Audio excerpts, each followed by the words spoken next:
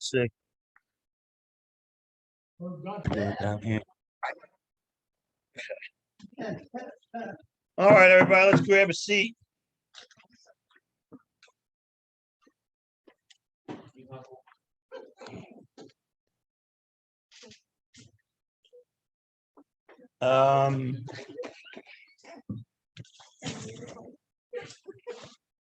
All right.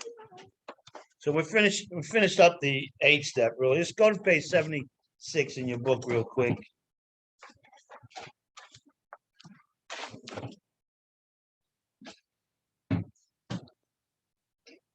The bottom of the 3rd paragraph, the one that says now we need more action, that paragraph. On the bottom of that, it says we attempt to sweep away the debris which has accumulated out of our effort to live on self-will and run the show ourselves. If we haven't the will to do this, we ask until it comes. So that's like a prayer there. That's like the 8-step prayer. We're asking God. And how do we ask God? Through prayer. That's how we talk with God. And then if you have your 12 and 12, which on page 83, step 9, the 2nd paragraph, after we have made the list of people we have harmed, have reflected carefully upon each instance, and have tried to possess ourselves of the right attitude in which to proceed, we will see that the making of direct amends divides those we should approach in several classes. And the reason I'm reading this is kind of why we do different columns in 8. It's kind of telling you to do that. There will be those to whom we can make only partial restitution. So anyway, there's different classifications of who we're going to make amends to, and that's why we did different columns in 8. Hello, guys. I was going to send the troops out for you.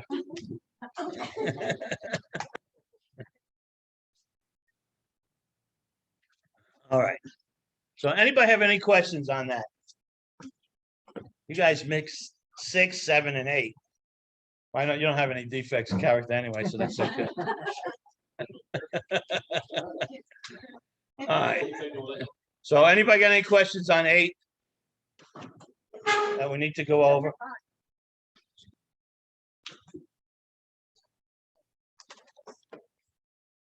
All right, step 9. Make direct amends to such people wherever possible, except when to do so would injure them or others. Okay. So the first thing is, you are not an other. Okay. It says made direct amends. So there's 2 types of direct amends. Eyeball to eyeball.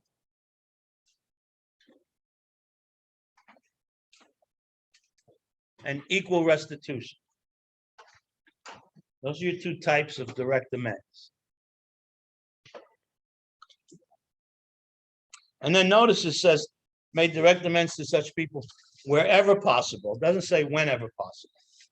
I hear people misquoting that all the time in the rooms, whenever possible. If it were whenever possible, we probably wouldn't do it because it just wouldn't be whenever. I'll do it whenever, and I'm certainly going to do it now. But it's wherever possible. So when that opportunity arises, you need to take. Danny, what were the 2 again? Sorry. Direct direct amends, eyeball to eyeball, and equal restitution. Equal restitution. What is it? Equal restitution. So in other words, if I break your window, okay, I'm going to come to you, I'm going to apologize to you, and I'm going to pay for the window. If I ask you, what can I do to make it right? Well, pay for my window. Okay, yeah, no problem. But if I say, what can I do to make it right? You say, you need to paint my house. That's not equal restitution. So, and I'm just giving you a silly example, but it applies to everything. Okay. So when we go to people, we're going there to right our wrongs. We're not going there to become doormats and to be stepped on, Vic? What about the flip side of that? There's somebody you owe $1,000 and say, oh no, stay still. Well, that's okay. All right, we'll talk about that. I was saving that for later. So when we get to financial amends, we're always worried about, people want all our money and all of that stuff, and really they don't want our money. They just want their money back, right? That's the best way to look at it. So if you owe somebody $1,000, this happens a lot with family members, right? You may owe your parents or somebody $1,000, and when you go to make financial amends, you have to have a couple of things in mind. You have to have a plan that you're able to do, because what you say is certainly what you have to do. So I say I owe you $1,000. Can I give you $100 a month for the next 10 months? And if they say that's okay, because that's what you're able to do, right? So you have to make sure that every month you give them $100. Your word has got to be your bond here, and so that's very important. And also, when you owe somebody money, it's not a good idea, like, to be treating yourself and being extravagant with yourself when you owe people money. That's a slap in the face. If I owe you $1,000 and I just bought a new car, or I just took a vacation, or I just came with all this new stuff that I bought myself, well, what is that saying? I have to deny myself some things until I'm straight. So these are all important things when it comes to financial amends. Okay. But even with financial amends, now a couple of weeks this came up, I think, and I said that I don't consider drug deals part of recovery. That's something that if they're going to kill you if you don't pay, then you might want to take care of them. Good safety tip. Yeah. But I don't recommend you go back to the drug house and or wherever it was, and try to make a deal with them. You've done enough deals with them. So I think in that respect we leave that alone. But the rest of the idea, and even with all financial amends, everything should be eyeball to eyeball. The only time it's okay to write a letter is if you've tried over and over and over again to no avail to make amends. But like a week or so ago in one of my meetings on an old timer was sharing about making amends, calling people up and making amends. That's not what we do. I've had people ask me, can I call them up and make amends? I said, absolutely, if you've harmed them through the phone. If you harm them over the phone, certainly you could call them up and make amends on the phone. But if not, no, that's not direct amends. That's an indirect amends. What is the difference? Emotional sobriety. I'm trying to think of the right word. You lose some emotional gratification by making indirect amends. Excuse me? Emotional significance. Okay. Emotional significance. However you want to call it. You don't get the full amount of what you should be getting out of your amends. Okay. Of course, the idea to make the amends is just to set right your wrongs. But there are things that go along with that, and you learn a lot about forgiveness. And you learn, it's a great deal of humility in making amends. So there's a lot of things that you gain for it. You don't do it for those reasons, but there's gratification that comes in different ways from that. Okay, so does that make sense with the equal restitution? Hey, Danny, this is Tom. Hey, Tom. I do have a question for you. Speaking of equal restitution Yes, and making the eyeball to eyeball and using the telephone, you know, if you have somebody that you need to make an amends to, and you're on one end of the country and they're on the other, you know, you've argued that you have to go see that person to make the amend. Well, a couple of three things. One, are you willing to make the amends if that person walks in the door wherever you're at? God's put you together. Yes, absolutely. Well, if that doesn't happen, are you arguing that you should get on a plane or whatever and go to the other side of the country? And if you are arguing that, I don't understand how that falls into a classification of equal restitution. It falls into a classification of paying a hell of a lot of money to go say, I was wrong. well, okay. So this has come up many times over the years with me sponsoring people, many times over the years. Especially here in Oklahoma, we're in the middle of the country, so we got people from all over the country here. So, you know, their roots and their drinking and using days were a good many people were elsewhere. Okay, so what do you do with that? Well, if you can afford it, yes, absolutely. Get on a plane and go make amends. You know, a lot of people go back home for a holiday or something, go back home to see their family, you know, and those are the times that you should plan on while you're there seeing A, B, and C on your list, you know, 1, 2, 3 on your list and setting those things right. So the answer to that is yes, but not always. But yes, absolutely. If you can't afford to take a trip, then you just have to be in the place where you become willing. You know, when you're really willing to make amends, eventually God will let that happen. That's going to happen eventually. You don't have to make amends on Tuesday next week, you know, but you have to make amends wherever possible, not whenever possible. Okay, and that's one of the times where those two words come into play there. It's wherever possible, not whenever possible. Because you might say, guys in California, well, when am I gonna, I'm never gonna get to California. Well, it's whenever possible, right? I can't get there, so no. Wherever possible, you know, is that person going to be back at a home gathering around in a holiday that you're going to be back in a home gathering, you know, or whatever. You sit down, you become willing, and then you talk with your sponsor and you figure out where can this happen, you know, and where it can happen, you make it happen. Where it can't happen, you just hold on to it. It's better to hold on to an amends that you're willing to make than to not make amends, not be willing to make amends.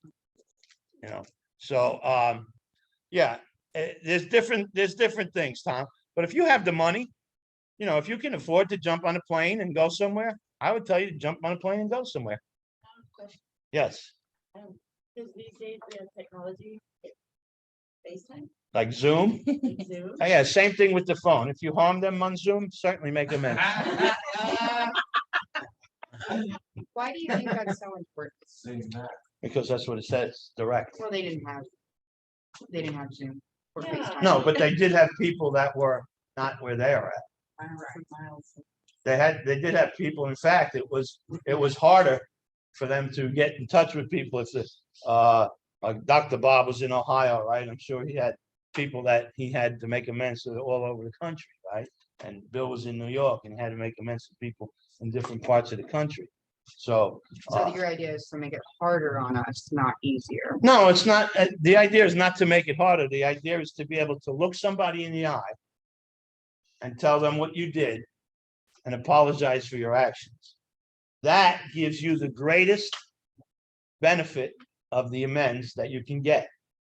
An indirect amends, you won't get what you can get if I'm not looking you in the eyes. That's the main reason. So I don't know if they still do this, but my old sponsor, Bob Rogers, God bless him, he did the 5x7 card, and I had to write out all the offense.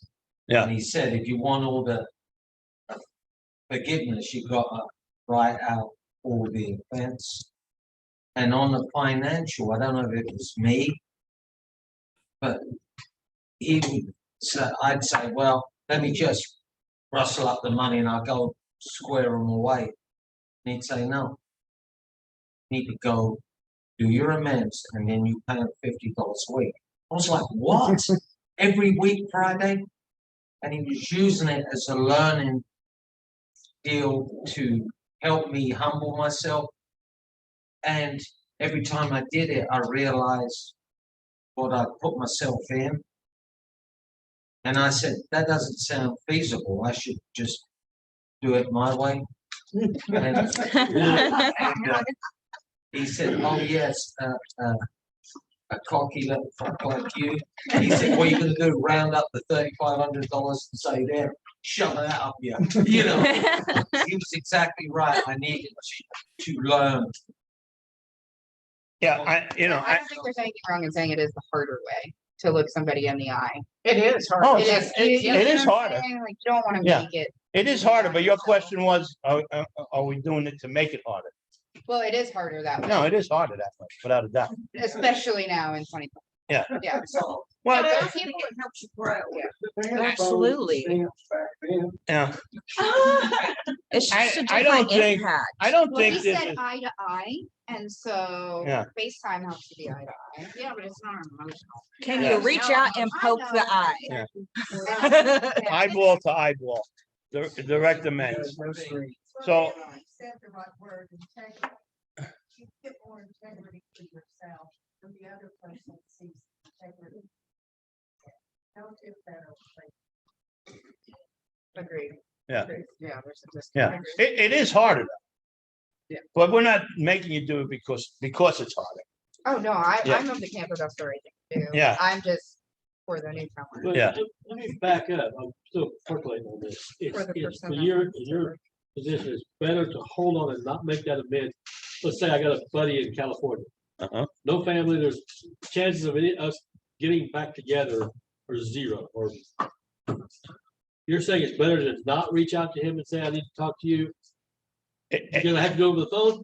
it also depends on what the amends is. What was the harm? Yeah. Now, there's serious amends and there's slight amends, So maybe if it's a slight amends, it might be okay to do a FaceTime call. And, I'm not saying that 100% that should never happen. I'm just saying you miss something if you don't look the person in the eye True. and you, And we're missing the ultimate point of doing it for us. So if I'm still waking up thinking about the guy in California, and all I gotta do is get on an airplane and go out there, make my amends, Yeah. put that behind, that's money well spent. Yeah.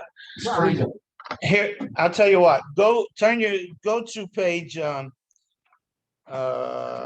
77. Go to page 77. 77. The top of the page says, we might prejudice them. At the moment, we are trying to put our lives in order. But this is not an end in itself. Our real purpose is to fit ourselves to be of maximum service to God and the people about us. So that is the real purpose of doing this stuff, okay? To be of maximum service to God and the people about us. Now- That's Laura's favorite in the book. I'm Yeah, pretty my sure that's favorite it. line. Well, now, but let's talk about that, because the more people that I have sat down with and looked in the eye and talked to about my wrongs to them, the more I'm going to be of maximum service to God and the people about me. Indirect amends, not so much. Direct amends with people, that's the idea. So if the real purpose is to be of maximum service to God and those about us, then I come in here with a kind of in a bubble, right? And as I start making amends, I expand my bubble, right? And the more people that I straighten my past out with, the more people I have around me, which means the more people I'm able to be of maximum service to. Does that make sense?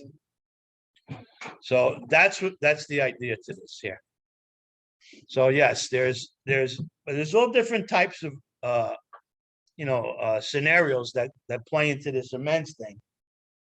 Well, when you say it's really about working with your sponsor and making sure, because I mean, there are no steadfast No. rules for every situation No. in this book. I mean, it gives you great No. direction, but I think each situation needs to be discussed with the sponsor. Absolutely. Yeah. There's about 7 pages here on the amends. So it covers pretty much everything. Okay. But the idea then is that the behavior and character changes that come about through direct amends do not come about through indirect amends. They just don't. Now let's talk, Junior. The indirect behavior. Okay. Fear of confrontation. What you have fear. Can you say that in English now? Fear of confrontation, fear-based actions, fear-based thinking. Fuck you up in the spirit, sit down on you. Yeah. And another thing that happens when you're face to face with somebody, because you want to ask them, is there anything I don't remember? Is there anything that I left out that I missed? And a lot of people have a list in their head, and it's not about, they're right and you're wrong. It's not about that. It's just about, let's get it all out here. And now, this is important. I'm not making amends to make everything okay. You got to understand that. The purpose of making amends is not to make everything okay. Things may never be okay between us. That's all right. But if we got in our head, I'm going to make amends and then everything's going to be great with it. No, that's not the purpose of this deal. Because they don't have to forgive you. No, what they do with this is none of your business. No, you clear up your side of the street. If they want to hold on to it for the next 20 years, that's, maybe they'll get sober and they'll get to a point where they can look at that and go, damn, I've had this resentment for 20 years. He apologized 20 years ago, and realize that they're just, killing themselves. Yeah. So, all right. So Daniel, question. Yes. So if you literally can't do an eye to eye, let's say for a week, Yeah. is it better to do some sort of amends, like write a letter, than to do nothing? No, Or is it better to it's better to do nothing. The important thing is that you become willing. Okay. Because a letter is an indirect amends. Now, again, if you harm them through the mail, go right ahead. If you didn't harm them through the mail, that's a cop-out. Okay. You don't know what the plan is. In your heart, if you're willing to make this amends, God's going to make that possible one of these days. There's nowhere in this book that tells us it has to be done at such a time and such a place and when. It doesn't tell us that. It just tells us to become willing and then to go out and make the amends. Okay. And it's telling us to make direct amends. So people that use the phone and mail and now today, I guess, email and text and all that stuff, they're making indirect amends. They're not making direct amends. But the book, Danny, on page 83 says some of those people you're not going to be able to see, so we send them a letter. Yes. I think that if you choose to send them a letter, that's kind of a cop-out. I think it's a real cop-out. Yeah. Well, okay. We're So dealing with a book written in 1939 and we've got 2022 technology. So if you can go eyeball to eyeball with somebody in East Jesus, Arkansas or Alaska, you can come pretty close to getting the same emotional thing that you would if you were sitting across the table from them. Well, not quite that close, but it can be pretty good, as opposed to just one day they open a letter from Tom and don't even remember who the hell he is. So what it tells you there on 83, it doesn't go into the stuff before that. So like I said, like I've shared with you guys before, that I tried to send my first wife a letter through my daughter. That was after 5 years of trying to make amends to her. 5 years continuously trying to get 10 minutes alone with her too. And I've talked to her weekly those whole 5 years. And after that, my sponsor finally said, okay, let's send her a letter. So there is an appropriate time for that. But the problem with this is, Tom, is that people will use this as their first option. And it shouldn't be that. So is there a time when you could send a letter? Yes, there is. So, but that time comes after real honest attempts to make direct amends. If you use the word honest, like, I'm hearing in my head saying those kinds of things are a cop out unless you've exhausted everything else. I guess the more shortcuts you take in practice, the less good you're gonna be able to feel. So the more shortcuts I take in this amends process, the less effective I'm gonna be with helping others. Yeah. Absolutely. Using my example with my first wife, I can't remember how long I was sober. I want to say about 26 years. 26 years sober before I got to look her in the eye. And at that point, I didn't remember half of the shit, Yeah. but she did. She did. She didn't get hysterical. She remembered it all.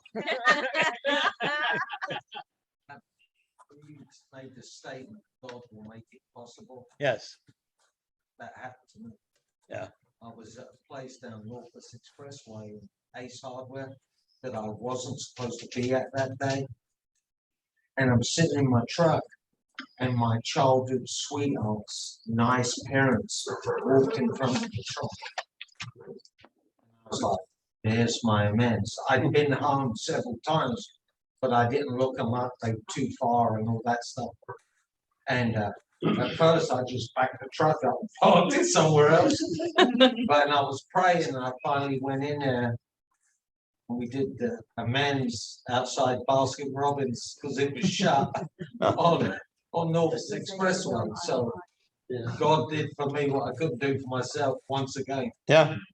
You know? Did you have something? Yeah, I think like someone said like legal or whatever, but also like people who have died, right? Like, Well, people who have died, it's so when I got sober, my mom and my dad were both dead. And they didn't get to see me sober, either one of them. So my dad was dead for many years. He died when I was just a kid. I was only 10. But my mom, it's a different story. So I had to tell you what happened to me. When my mom died on April 19th, 1976. And I was sitting at her bed in the hospital for 3 days. And my brother-in-law and somebody else practically dragged me out of there to take him to the airport. He was in the Army, had to get back to the airport. And I went from the Bronx to the LaGuardia Airport and back in less than an hour. And there was traffic. I was driving on the shoulder of the roads. And by the time I get back, my mother was dead. So I cried that day. Pretty bad. I got sober November 21st, 1991. I don't ever remember crying from April 19th, 76 to November 21st, 1991, even past that. I don't ever remember crying. Maybe I did, I don't remember. I'm about 6 months sober and I'm working on amends, and I write a letter to my mother. And I go to the cemetery and there's my whole family's there. My grandmother was from Italy. And when she came to America, the first money she had, she bought 6 plots in Woodlawn Cemetery in the Bronx. Let me tell you, if you got $1 million, you couldn't buy a plot Woodlawn Cemetery in the Bronx today, right? And everybody used to joke, well, damn, we needed that. My grandfather was there. My grandmother was on top of her. My uncle and my aunt and my dad and my mom. It was 3 plots, 2 deep. So I went there and I read the letter to my mother. I can't tell you how I cried. An hour of just shedding tears and crying. 20-something years of emotions came out that day in that cemetery. And now today I cry over a good commercial. You know? That was a good commercial. You know, it's horrible today. I'm a mush, but that's what happened, right? So, but that's what we do with people that are deceased. We either go to their grave or we go to a quiet place and we write a letter to them and we read it to them. Sincerity is the best thing you could do. So let's go back to the writing the letter thing, right? So when is it appropriate to write a letter? So let's say we're using the scenario, the guy's in California and you're here, and what are you gonna do? Yeah. Well, you sit with it. You sit with it and you become willing and you sit with it. And I don't care how long goes by. But there comes a point where when you're talking with your sponsor, like you said, and you're working things out, can I send him a letter? He might say, you know what, it's time. Go ahead and send him a letter. But if it's a serious amends, I don't think a letter ever suffices. I think the more serious the amends, the more important it is to look the person in the eye. No. So I was sponsoring, I can't remember that guy. He was from Kansas City or Missouri somewhere. He used to come in our group years ago. I can't remember. He was the one who used to recite how it works. You say, you want to read how it works, and you hand him the thing, and he go, I don't need that, and recite it.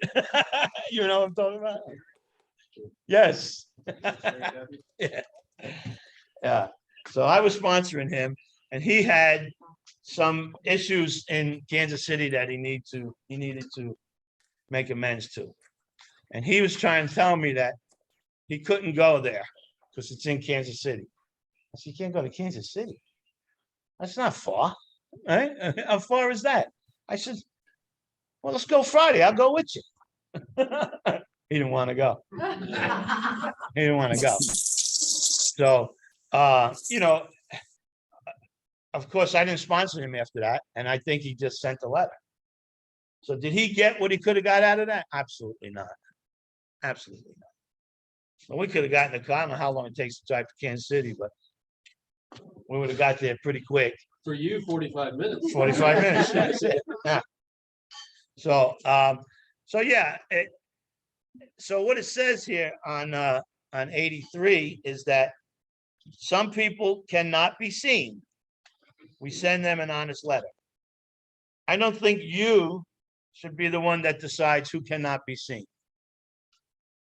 Because if you do, you'll revert back to make direct amends whenever possible, instead of wherever possible. It says wherever possible, not whenever possible. So if you're deciding who cannot be seen, you're going to revert to whenever possible. I'm never going to be able to see him. I'll just send a letter. And what you're doing is you're shortchanging yourself. You know, I try to tell people, man, we've been pecking with the buzzards all our lives. Don't you want to know what it feels like to soar with the eagles? Because that's what you get in this deal. You get to soar with the eagles here. So don't shortchange yourself. Quality versus quantity. Quality versus quantity. Okay. I mean, it's seems like it's all about the quality of the amends that you make versus, you know, not necessarily the amount of how many you get done. If you're not doing them right, you're not going to get what you're supposed to be getting out of them. So wouldn't you hate to have to do an amends twice? Yeah. Wouldn't you hate to have to do it twice? Yeah. Because you didn't do it right? Okay, let's talk about for a minute. Oh, by the way, next week I'm going to teach you something in the 9th step that I'd be willing to bet most of you aren't aware of. But I'm going to teach you something that you can use at any time in this 9th step to exactly pinpoint where you're at in your sobriety and fix any problem that you have. I'm gonna teach you that through this step next week. Teaser for next week. Teaser for next week. Yeah. That's my commercial for next week. Footnote there. So one of the things that we hear all the time is we hear people saying, don't say you're sorry. People know how, it's a great thing in AA. People already know how sorry you are. I don't say you're sorry. That's not what Amends is about. Listen, there is absolutely nothing wrong with looking somebody in the eyes and from your heart say, you know what, I'm really sorry that happened. There's nothing wrong with that. So the people that say, don't say you use the word sorry, that's not true. In fact, the book says so, but the book says we say sorry, but they're, in that respect, they're talking about money, but there's no reason and there's no reasoning to not be able to look somebody in the eye and honestly from your heart share with them that you're sorry for what happened. It's about being sincere. I don't know if we talked about this because it started rambling, but I think the most important thing in this process is to never make amends where you have not corrected the behavior yet. I say that again. Never make amends where you have not yet corrected the behavior. So I don't know, some of you older guys in here will remember, you remember that cartoon, Ignatz the cat? Who remembers? You remember that, Dick? And the other character used to have a brick and he loved him, right? And he loved Ignatz and he'd throw a brick and hit him in the head because he loved him, right? These are the cartoons we had when we were kids, okay? Yeah. And they wonder why. Yeah. So if I throw a brick through your window and break your window and then come and knock on your door and apologize for breaking your window and pay for it, I've amended my actions, right? And then tomorrow I come walking by and I grab another brick and throw it through your window. I haven't amended anything, have I? Yesterday it seemed like I did, but the truth comes out today. So stop the behavior first. Whatever the behavior is that you did with somebody, make sure you have that capped before you go to them and make amends for something that you're still doing or you're going to keep doing. And this happens a lot with the opposite sex. Okay. Kids, but especially with your behavior and what you learned in the fourth step about the sexual inventory, right? And going through all those questions on page 69, that should help you change that behavior. Because if myself and many people I've sponsored, we had numerous people on that sheet on our list, and they were all the same thing. And it becomes eye-opening when you realize how you've always acted with women, right? Or some of you ladies with guys. So we need to really make sure that we have stopped the behavior and corrected that behavior, whatever the behavior is, and that behavior has changed. Now you can make an honest amends. Okay, so that's very important.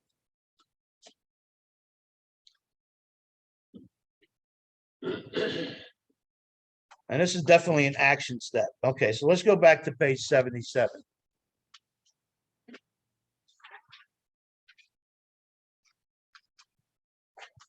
And the second paragraph says, we don't use this as an excuse for shying away from the subject of God.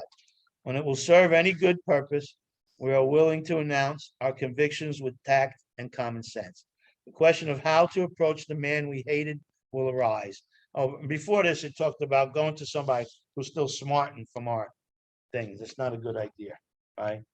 So if you just screwed somebody after something, it's not a good idea going in, their amends might be a punch in the face to you. The question of how to approach the man we hated will arise. It may be he has done us more harm than we have done him. And I shared that with you with my brother-in-law, Frank. And though we may have acquired a better attitude toward him, we're still not too keen about admitting our faults. Nevertheless, with the person we dislike, we take the bit in our teeth. It is harder to go to an enemy than to a friend, but we find it much more beneficial to us. I did not, with Frankie, but I did it anyway. We go to him in a helpful and forgiving spirit, confessing our former ill feeling and expressing our regret. Under no condition do we criticize such a person or argue. Simply, we tell him that we will never get over drinking until we have done our utmost to straighten out the past. We're there to sweep off our side of the street, realizing that nothing worthwhile can be accomplished until we do so. Never trying to tell him what he should do. His faults are not discussed. We stick to our own. If our manner is calm, frank, and open, we'll be gratified with the result. Maybe not. Doesn't matter. Again, why doesn't it matter? Because I'm not making amends to make everything okay. It's not the purpose of amends. And it says here, most alcoholics owe money. No shit. We do not dodge our creditors, telling them that what we are trying to do. We make no bones about our drinking. They usually know it anyway, whether we think so or not. Nor are we afraid of disclosing our alcoholism on the theory it may cause financial harm. And I want to put a footnote in here. When you're making amends, don't use your alcoholism or your drug addiction as a crutch for your behavior. When I sponsor people, I tell them, don't even bring that up. I know the book says, what we just read, but because again, over and over again, people like us want to save our face and save our ass at the same time. And it doesn't usually work out right. Okay. So, and the humility goes out the window if that's what you're trying to do. It says, nor we are approached in this way, the most ruthless creditor will sometimes surprise us. Arranging the best deal we can, we'll let these people know we are sorry. We tell them we're sorry. Our drinking has made us slow to pay. We must lose our fear of creditors no matter how far we have to go.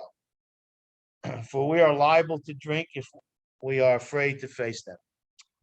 So when I came into recovery, I had spent 32 years of my life robbing and running and gunning in the streets. Never had a job. So, and I did well. I raised a family. So I made a lot of money, but I stole my whole life. So when I get to the amends part, I have no idea. All I know is that I raped society for my entire life. I don't know who these people are. There's thousands and thousands of people that were harmed by my actions. Not to mention the big banks and things like that too. So I spent a good deal of time. I don't know if you remember, Barry, every Christmas I used to do something, right? I never shared it with anybody, never. Every Christmas I used to do something by myself. And throughout the year, I used to do things. And I never shared it with anybody. I ain't even gonna share it here today. I never shared it with anybody because I sponsored another guy that I tried to make him do anonymous good acts and he'd come and share it in the meeting. Ron. And I'd be sitting there shaking my head. I just tell you to keep your mouth shut about that. After the meeting, I say, that don't count. What do you mean that don't count? I told you not to share it with nobody. So yeah, Amy? Oh, I thought that was a question. I figured. Huh. Okay, so especially with the person that you might want to still have a relationship or whatever. Isn't telling them that are making or does it make it a little less person? Well, I think what you're doing when you do that and this is my opinion, okay? I think what you're doing when she asked it, does it make it less sincere if she says she don't want to drink, says that you're taking some of the ugliness off of you and putting it onto the alcohol and the alcoholism. And if, you know, the bottom line is you did that, not the alcohol. And here's one of the things that we have to learn in recovery, okay? And many of us have to learn this the hard way, but I'm not a slut or a thief or a dishonest person because I'm alcoholic. I am those things because I'm Danny. Great point. Great. So I need to own up to who and what I am when I got here, right? My list was my asset list was very little, you know, like I was kind to elderly people.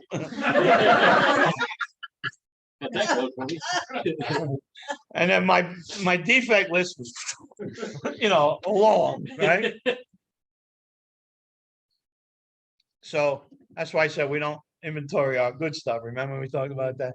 Because when I went through this process, I was still kind to elderly people. But that was the only real asset I had when I got here. The rest was bad shit. And that was all me.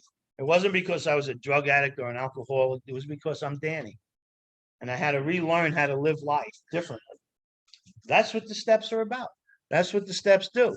So by saying, you know, I need to make amends because I don't want to drink, I won't get over my drinking and all that stuff. You know, I feel that that's making it a little less humility for you. Because what you're really saying then is, you know I screwed you over real bad, but you know, I was an alcoholic. I was going through stuff, you know, and if I was in my right mind, I never would have done that to you. You know, bullshit. Yeah. The worst things I ever did in my life, the worst things, 100% sober. 100% sober. In fact, in my life, you couldn't drink or do drugs and do the things that we were doing. Yeah. You did that afterwards. 100% sober. When I did most of every bad thing. I don't know, lots of them. Okay. So yeah, I think you're taking something away from the character building that you'll have when you're able to look somebody in the eyes and just admit what you did.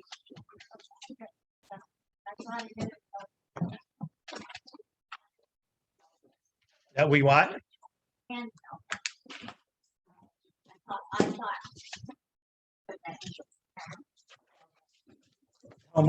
About the alcoholism and stuff.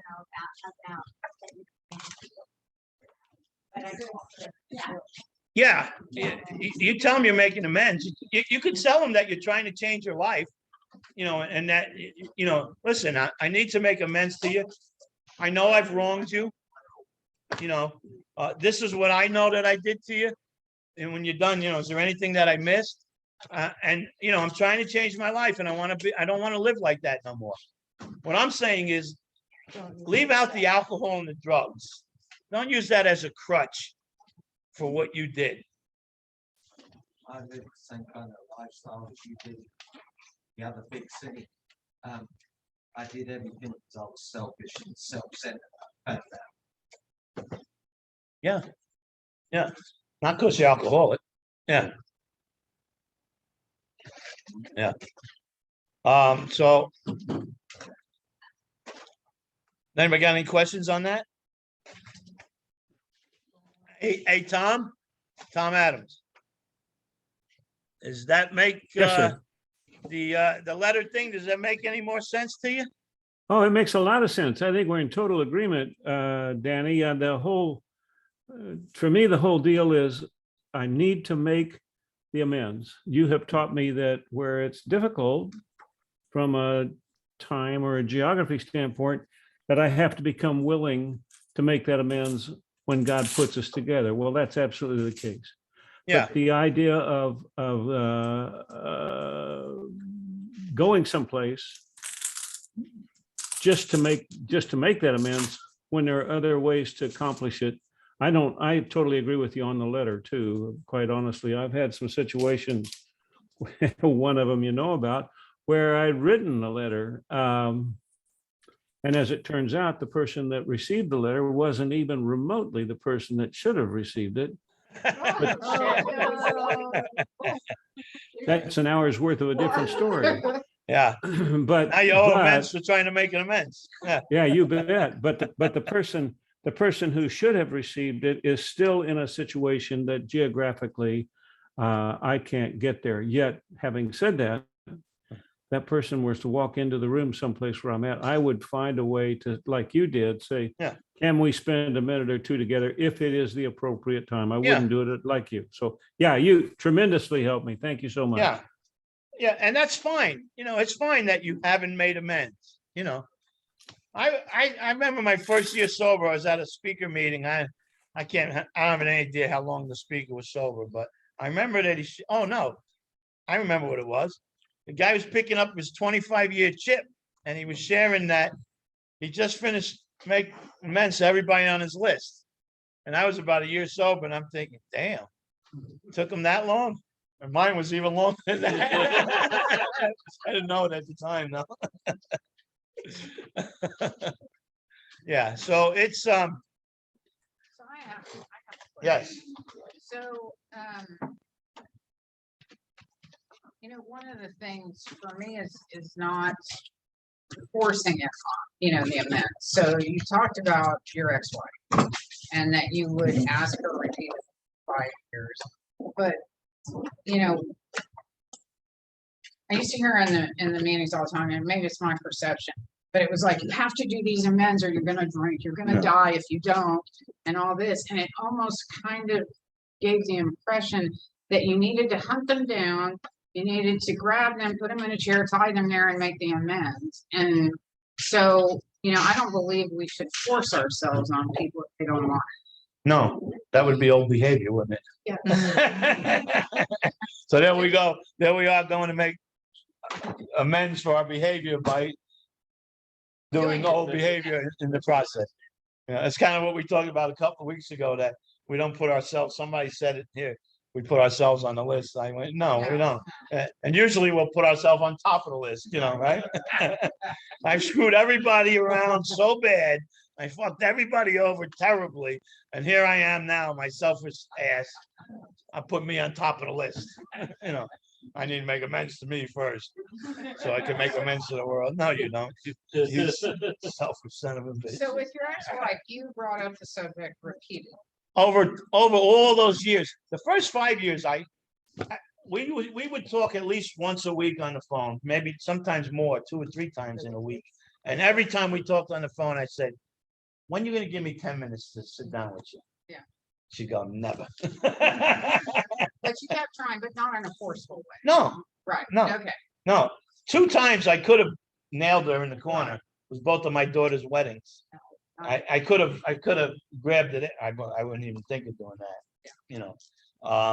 So no, and one day, I guess about 5 or 6 years ago, I'm gonna be 31 years sober, so that's we were at a picnic in Florida, and you know, the family and everybody was around, and I was actually talking to her ex-husband, and I saw her sitting by herself, and I went over and talked to her, and I said, let's take a walk. Give me 10 minutes. She looked at me. You're never going to stop, are you? No. I said, all right, let's go.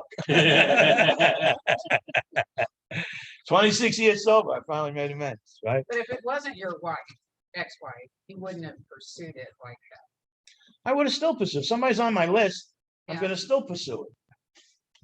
Yes. Not go- You know, it depends. It depends what the amends is and what, and what the circumstances are, but I'm going to pursue everybody on my list, Right, you know. but if they say, There's some people that we make a living amends to, right? So, what is a living amends? I make a living amends today to my children and my grandchildren. My oldest granddaughter is 26 years old. She's never seen me drunk. So I got 4 granddaughters. They're from 12 to 26 years old, and none of them have ever seen me drunk. That's a living amends to them. You know, I kind of heard the same stuff when I was getting sober. And with me, I kind of perceived it that they wanted to keep me on this because they knew how I could procrastinate. You know, I could go 25 years without making a mention, you know. So they kept reiterating I had to be willing. How's your list going? You know, checking them off. Yeah, Yeah. Always be willing. you just keep working at it. You just keep working at it, working at it, working at it. You know, you've got financial amends, you've got amends to institutions and to places, you know. And again, my life was a life of crime, so who knew all my victims were? I had no idea.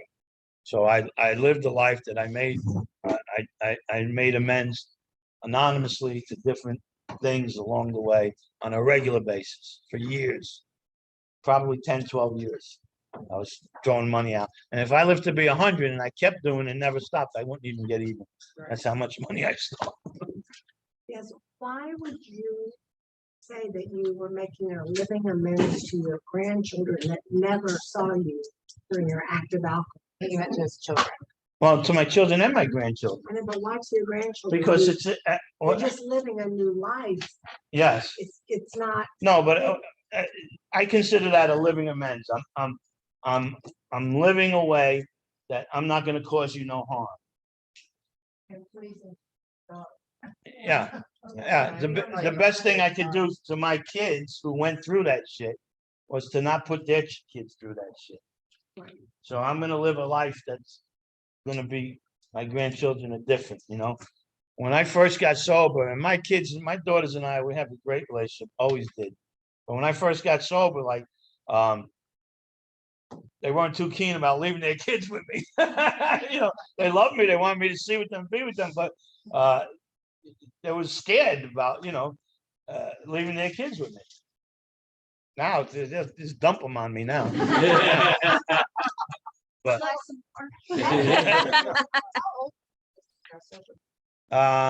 my daughter just turned 2 days ago. My daughter Angela just turned 46. My other daughter's 45. And so, and I'm gonna be 31 years old. So do the math. No, They were in their 20s. no, they were teenagers. Yeah. They were teenagers. I was gonna say, something they told me to do, worked out really well too, is I've made amends to my kids when they were little. And it wasn't to say make amends really. It was more to show them that you can do something wrong. Yeah. And it can be all right. We'll talk some more about living amends. yeah, I get it with my children. Yeah. But I don't get it with my grandkids. I'm living a new life. My grandkids don't know about it. Yeah. So, yeah, I'm not amending anything with my grandkids. Right. I'm still amending with my kids through my grandkids. And I think it's atonement too, to create it. I understand it. People don't. Yeah, and you know, and I'm making a living amends to my mom. My mom's been dead since 1976. I get that. So there's lots of different ways of living amends.